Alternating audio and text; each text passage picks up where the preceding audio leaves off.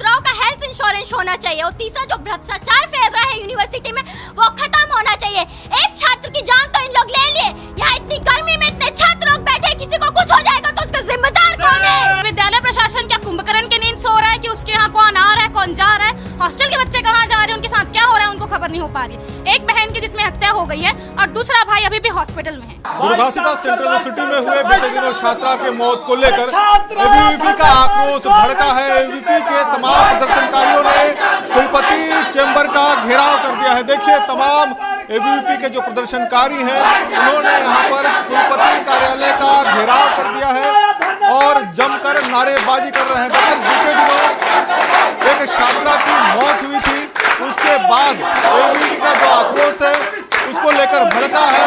ये छात्र के लिए न्याय की मांग कर रहे हैं, दोषियों पर कार्रवाई की मांग कर रहे हैं और इस मांग को लेकर आज यहाँ उन्होंने कुलपति और कुलसचिव कार्यालय का घेराव कर दिया है।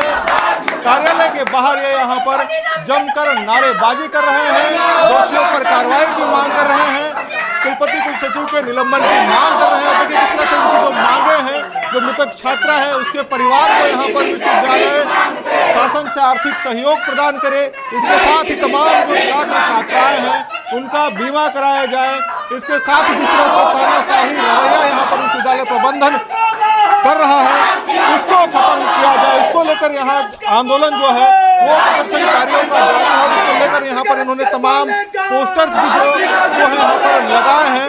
सीधे बात करते हैं क्या कुछ उनकी मांगे हैं, क्या कुछ मांगे हैं आप लोग की जिन मांगों को लेकर आप प्रदर्शन कर रहे हैं? हमारी ये मांगे है कि पहले उस बहन को मुआवजा मिलना चाहिए, दूसरा हम सारे छात्राओं का हेल्थ इंश्योरेंस होना चाहिए और तीसरा जो भ्रष्टाचार फैल रहा है यूनिवर्सिटी में वो खत्म होना चाहिए। एक छात्र की जान तो इन लोग ले लिए, यहाँ इतनी गर्मी में इतने छात्र लोग बैठे, किसी को कुछ हो जाएगा तो उसका जिम्मेदार कौन है? ये क्या घटना हुई थी, किस घटना को लेकर आप लोग ये आंदोलन कर रहे हैं? क्या घटना हुई थी और उसके बाद क्या कुछ आप लोग की मांगे अभी है? देखिए जो घटना हुई है, दो छात्र यूनिवर्सिटी से लापता हो जाते हैं, दोनों हॉस्टल के स्टूडेंट होते हैं और विश्वविद्यालय प्रशासन को इसकी भनक तक नहीं लगती है।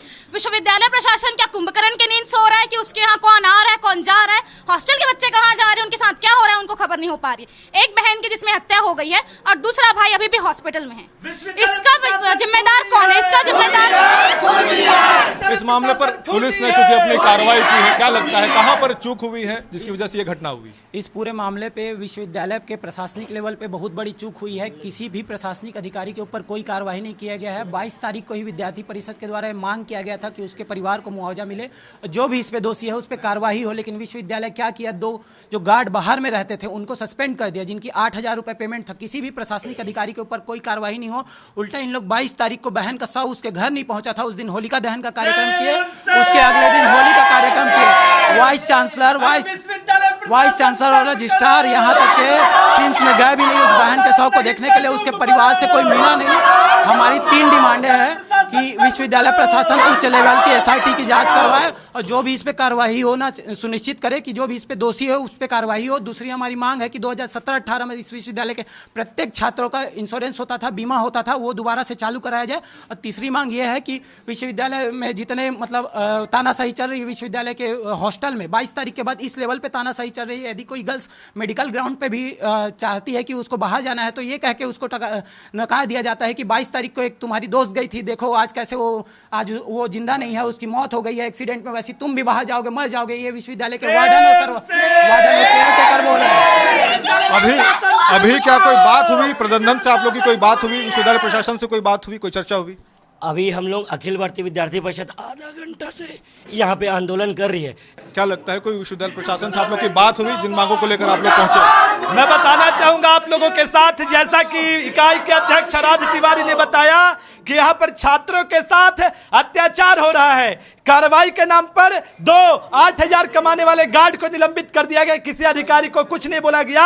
और जो छात्र यहाँ छात्र के मुद्दों को लेकर बैठे हैं उनके ऊपर कार्रवाई की जाती है, उनको डराया जाता है उनके HOD के द्वारा कि परीक्षा में फेल कर देंगे।